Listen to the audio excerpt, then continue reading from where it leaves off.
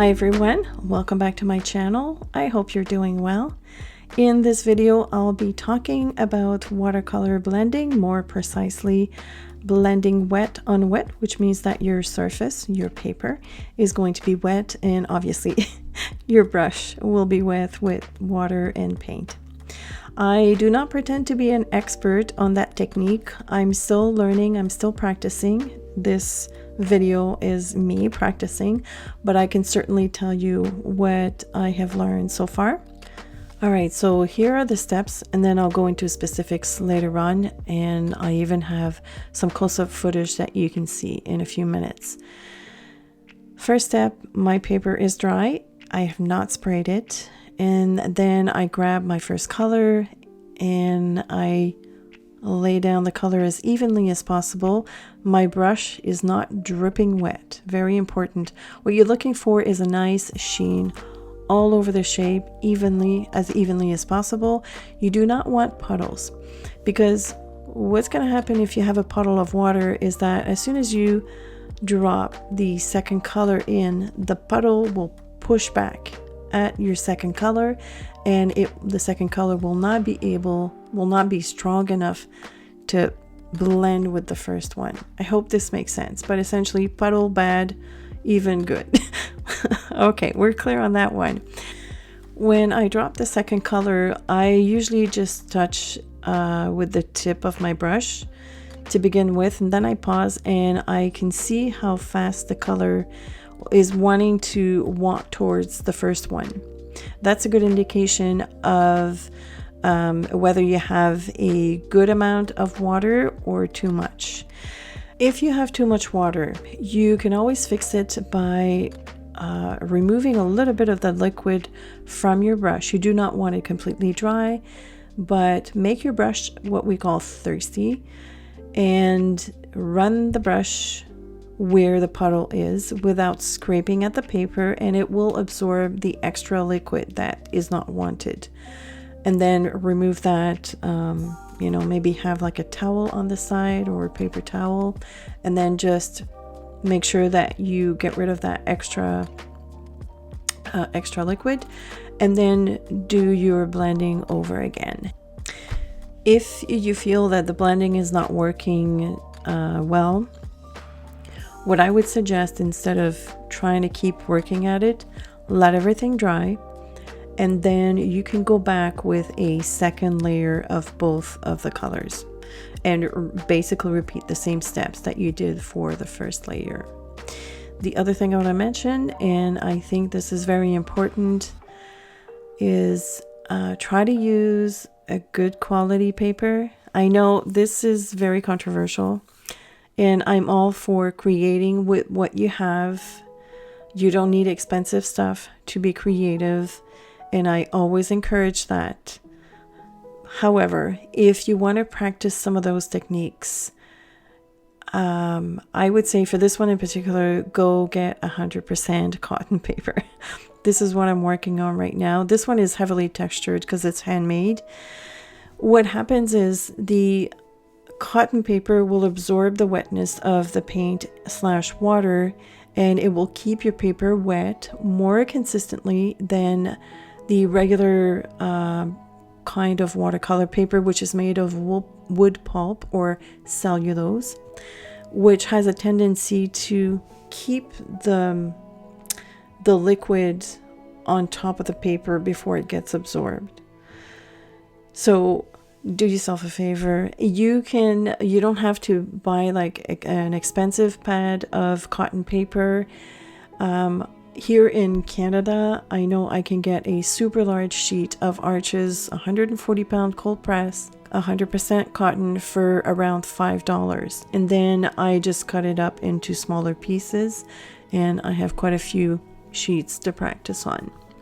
A more affordable option to that is bee paper.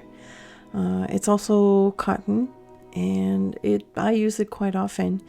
And if you want to know more about paper and basic supplies, I actually have a video on that, so I will try to remember to link it in the description.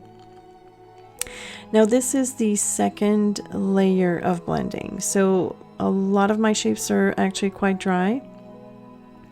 And I kind of want to darken everything up. It's a little bit lighter because watercolor dries lighter.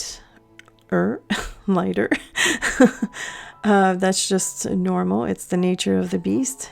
However, because the stuff on underneath is already dry, I do have to re-wet the entire surface. As you can see, the blue that I just added is not moving into the previous layer. That's normal because it's dry. So I just go back and take my time and add more liquid, not too much, no puddles. And then I will also add the second layer.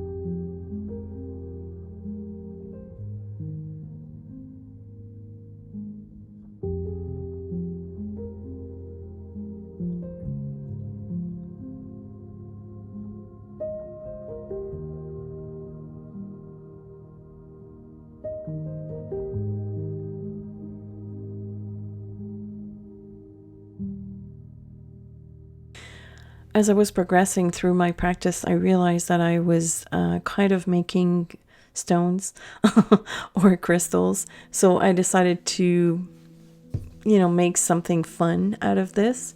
And I'll be adding shading underneath the stones. I'm not an expert at shadows or shading, whatever. I guess in this case it's shadows. But I do know that you need a light source to determine where you're going to add the shadow shading. I still struggle with that one. So mine is coming from the top, almost or directly from the top, not the top, but the upper, above, to the top of the page, not above, like if you are looking from an aerial perspective, the top of the page, a little bit to the right. And so that's why I decided to add a shadow underneath each of the stones. And then the stones turned into crystals. However, instead of using white to create the highlights to emphasize like the different cuts in the crystal, I decided to use gold. So it's not really a crystal, it's more like stained glass maybe, I don't know. It's just cute. Gold makes everything cute. So I just wanted to have an excuse to use gold, that's all. And the way I did it is very simple. Every time there is a change in the direction of the contour of the shape, I added a line going towards the center, and then I just joined each of these lines with another continuous line.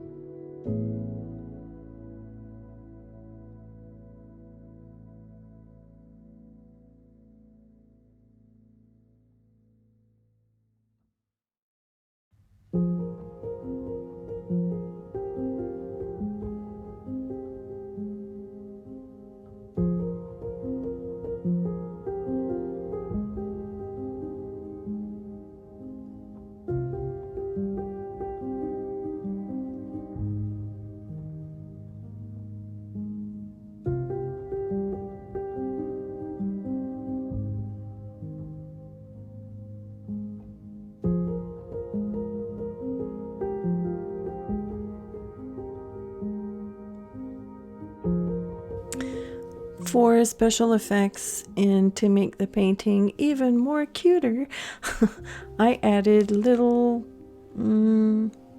bars of gold. They're not nuggets. They're just little confetti of gold. And that ties everything together, in my opinion. That's because any excuse to use gold is a good excuse. So yeah, I really do love the look of this page. All that gold makes me happy, and all that blending was so much fun to do. So I hope that you will give this a try. I hope also the description of, or my explanation of water control was clear enough for you to get the point of what I was trying to say. And again, as lame as this sounds, just practice, do the work, and eventually you will get it. It's inevitable. So if you've liked this video, make sure that you give it a big thumbs up. It does help. And if you want more content than what I publish here on YouTube, you can head on over to my Patreon page. I have loads of videos there for you to see. The link will be in the description below as well. Thank you so much for watching. If you have any questions or comments, please feel free to leave them below, and I will see you soon.